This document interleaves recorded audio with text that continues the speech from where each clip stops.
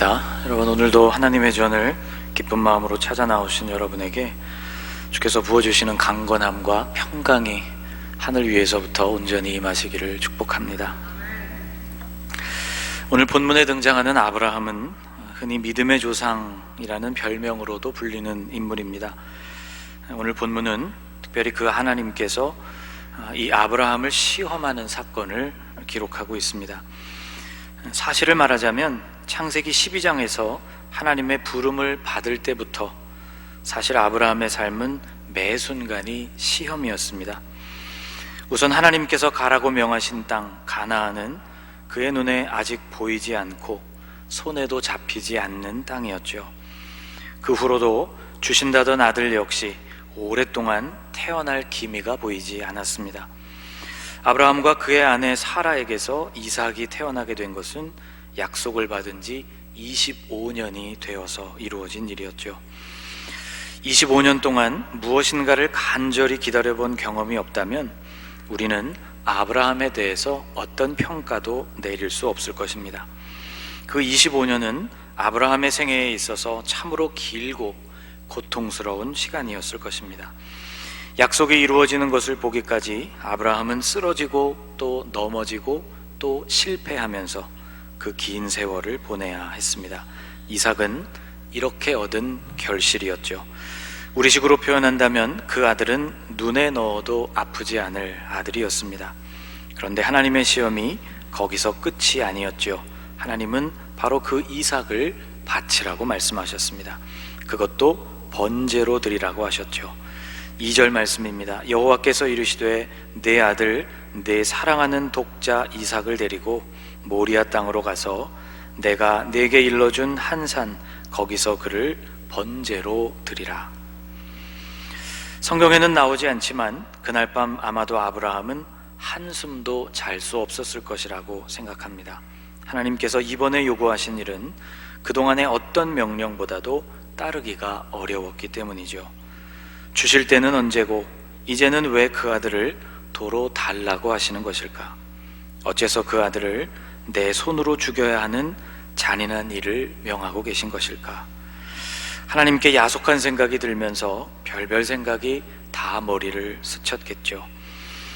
그런데 그 다음 날이 밝으면서 아브라함은 하나님의 명령을 따라 움직이게 됐습니다. 3절 말씀을 같이 한번 읽어보겠습니다.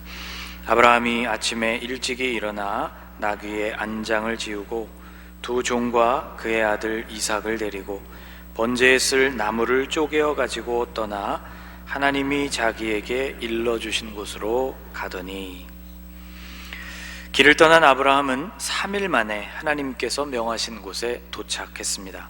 생각해보면 그 3일이 아브라함의 생애에 있어서 가장 아쉽고 또 가장 짧았던 3일이 아니었을까 싶습니다. 아들과 보내는 마지막 3일이었으니 얼마나 짧게 느껴졌을까요? 이틀 밤을 아들과 보내면서 아버지 아브라함의 마음은 참 힘들었을 것 같습니다. 이삭을 번제로 드릴 수 있는 다른 장소들도 얼마든지 있었을 텐데 어째서 하나님은 3일이나 걸리는 곳으로 가라고 명하신 것일까? 마지막 며칠을 아들과 함께 보낼 수 있도록 하신 하나님의 배려였는지, 아니면 그 반대로 그 3일 동안 아브라함의 마음이 변하지 않는지를 시험하기 위한 하나님의 장치였는지는 모르겠지만 결과적으로 아브라함은 그 3일이 매우 힘들었을 것입니다. 하나님께서 명하신 장소에 가까이 오자 아브라함은 그곳에 종들을 남겨두고 아들과 단 둘이 나머지 여정에 오르게 되었습니다. 5절 말씀입니다. 이에 아브라함이 종들에게 이르되 너희는 나귀와 함께 여기서 기다리라. 내가 아이와 함께 저기 가서 예배하고 우리가 너희에게로 돌아오리라 하고. 이 5절은 대단히 흥미로운 기록입니다. 아브라함 당시의 여행이란 오늘날과는 많이 달랐을 것입니다. 오늘날처럼 도로나 숙박시설 또는 교통편이 발달했던 때가 아니었기 때문에 여행 중에 문제가 생기면 이를 도울 수 있는 손이 많으면 많을수록 좋았겠죠. 특히 낯선 땅으로 여행하는 것은 위험한 일이었습니다. 다른 민족이 사는 땅에 출입하는 것은 때에 따라 목숨이 달린 일이기도 했기 때문이죠.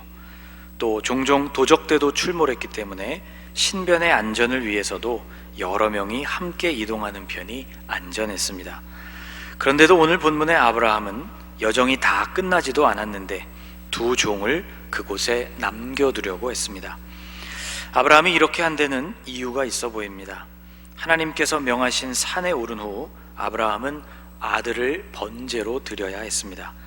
이 과정을 종들과 함께 한다면 산 위에까지 필요한 물건들을 옮기는 일이야 편리하겠지만 결정적으로 아들을 바쳐야 하는 순간에는 종들이 필사적으로 아브라함을 막을지도 몰랐죠. 주인과 종의 관계가 아무리 철저했던 시대라 하더라도 이 종들은 이삭이 얼마나 오랜 기다림을 통해서 아브라함의 가정에서 태어난 아들인지, 또 주인이 그 아들을 얼마나 사랑하고 아꼈는지를 잘 알고 있었습니다. 아들을 잡아 번제로 드리려는 의도가 드러나는 즉시 종들은 아브라함으로부터 이삭을 떼어놓으려고 했겠죠.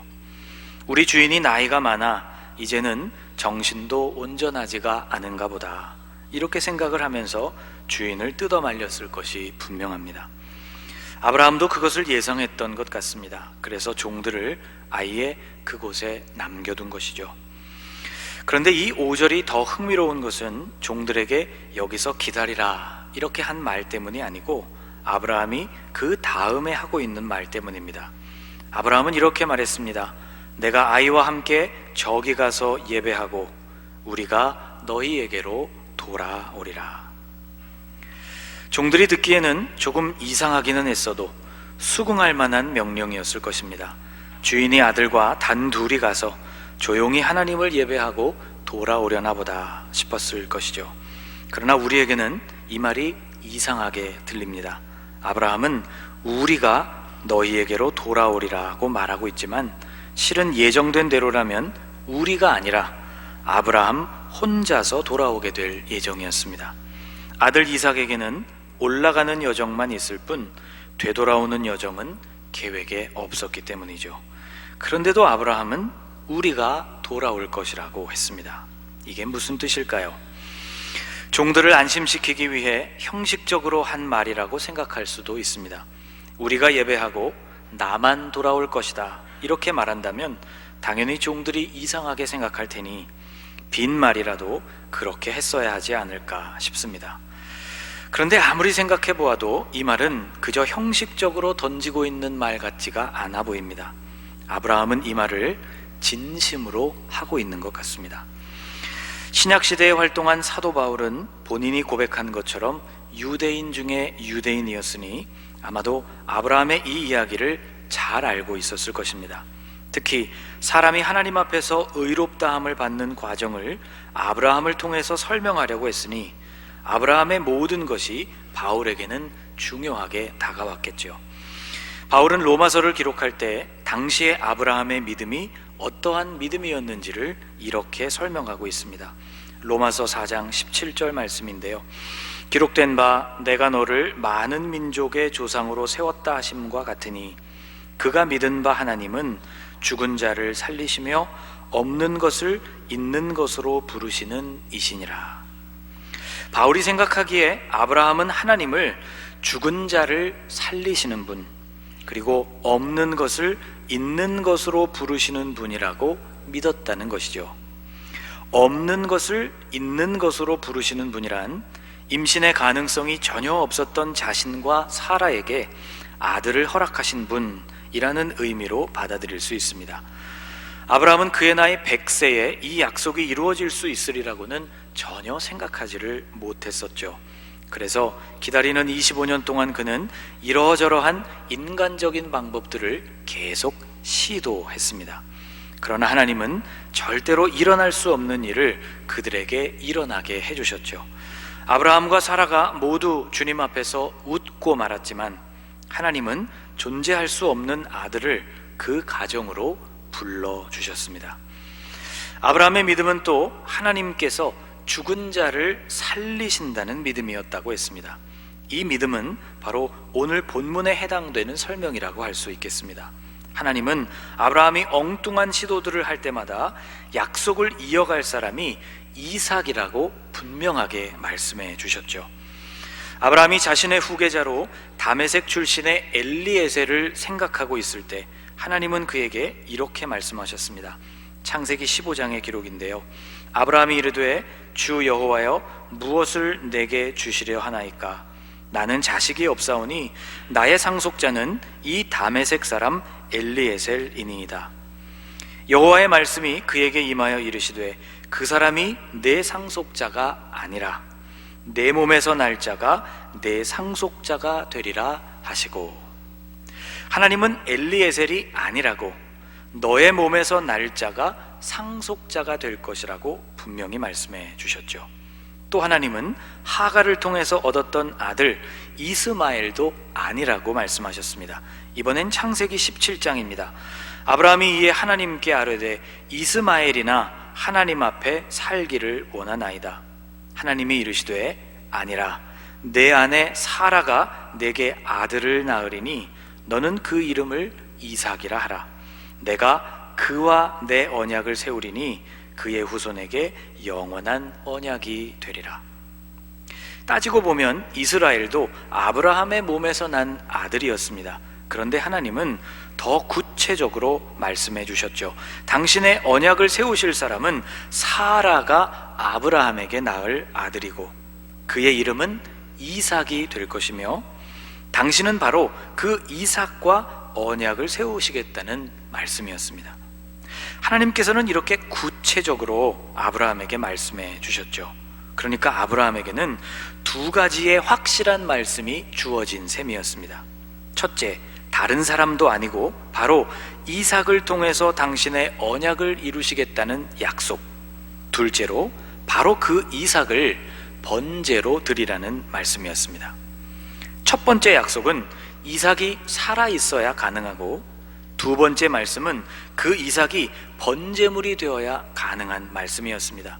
결국 이 두 가지를 모두 만족시킬 수 있는 결론은 이삭을 번제로 드려도 그를 다시 살려내셔야 한다는 결론이었던 것이죠. 이러한 이해는 사도 바울뿐만이 아니라 히브리서 기자의 이해이기도 합니다. 히브리서 11장 일부를 여러분에게 한번 읽어드려 보겠습니다. 아브라함은 시험을 받을 때에 믿음으로 이삭을 드렸으니 그는 약속들을 받은 자로 돼 그 외아들을 드렸느니라. 그에게 이미 말씀하시기를 내 자손이라 칭할 자는 이삭으로 말미암으리라 하셨으니 그가 하나님이 능히 이삭을 죽은 자 가운데서 다시 살리실 줄로 생각한지라. 비유컨대 그를 죽은 자 가운데서 도로 받은 것이니라. 아브라함은 자신에게 약속하신 자손에 대한 약속이 다른 사람이 아닌 바로 이삭으로 말미암는다는 것을 믿었습니다. 그러니 이삭을 번제로 드리라는 명령과 그 이삭을 통해 민족을 이루게 하시겠다는 약속이 모두 성취되려면 이삭을 죽은 자 가운데서 다시 살리시는 것, 그 외에 다른 길은 없다고 믿었던 것이죠. 그러니까 아브라함이 종들에게 하고 있는 이 말은 그냥 하는 말이 아니었습니다. 아들과 함께 올라가 예배를 드리겠다는 말도, 그 아들과 함께 다시 돌아오겠다는 말도 모두 사실이었던 것이죠. 하나님께 드리고자 하는 그 예배의 내용은 아들을 번제로 주님께 드리는 것이었고, 그 예배의 결과는 죽은 아들이 다시 살아나는 것이라는 믿음이 아브라함에게는 확실했던 것입니다. 산을 오르는 아브라함에게 아들 이삭은 의미심장한 질문을 던졌습니다. 불도 있고 나무도 있는데 번제할 어린 양은 어디에 있느냐는 질문이었죠. 아브라함은 이렇게 대답했습니다. 아브라함이 이르되 내 아들아, 번제할 어린 양은 하나님이 자기를 위하여 친히 준비하시리라. 아브라함의 이 대답은 오늘 본문 13절에서 그가 실제로 경험한 것과 같이 정말로 순양을 발견하게 될 것이라는 의미는 아니었을 것입니다. 그가 대답하고 있는 어린 양이란 확실히 그의 아들 이삭이었다고 말할 수 있겠죠. 아브라함의 고백처럼 이삭은 확실히 하나님께서 준비하신 양이었습니다. 이삭이라는 존재는 아브라함 자신의 힘으로 얻은 아들이 아니라 하나님께서 준비하신 기적을 통해서 얻은 아들이었기 때문이죠. 그러나 그 어린 양은 또한 하나님의 능력 아래서 죽은 후 다시 생명을 얻게 될 존재였습니다. 아들에게 대답하면서 아브라함은 속으로 이렇게 생각했겠죠. 아들아, 하나님께 드릴 어린 양이란 바로 너 이삭이란다. 그런데 하나님은 반드시 너를 다시 살리실 것이다. 아브라함은 이 믿음에 따라 아들을 결박했고 그 아들을 향해 칼을 내리꽂으려고 했습니다.